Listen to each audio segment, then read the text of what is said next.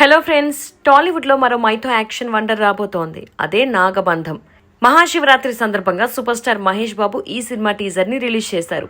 ఈ సినిమాకి అభిషేక్ నామా దర్శకత్వం వహిస్తున్నారు. విరాట్ కర్ణ హీరోగా నటిస్తున్నారు.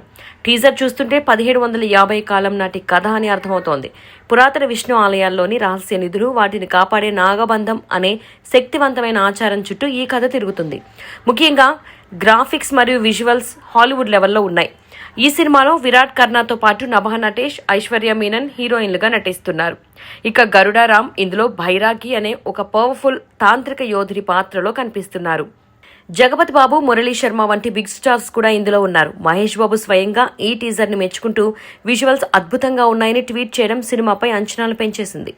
ఇది ఒక పాన్ ఇండియా మూవీ. తెలుగుతో పాటు హిందీ, తమిళ్, కన్నడ, మలయాళ భాషల్లో 2026 సమ్మర్లో రిలీజ్ కాబోతోంది.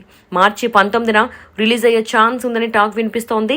కార్తికేయ 2, హనుమాన్ సినిమాల తర్వాత మన టాలీవుడ్ నుండి వస్తున్న మరో డివైన్ థ్రిల్లర్ ఇది.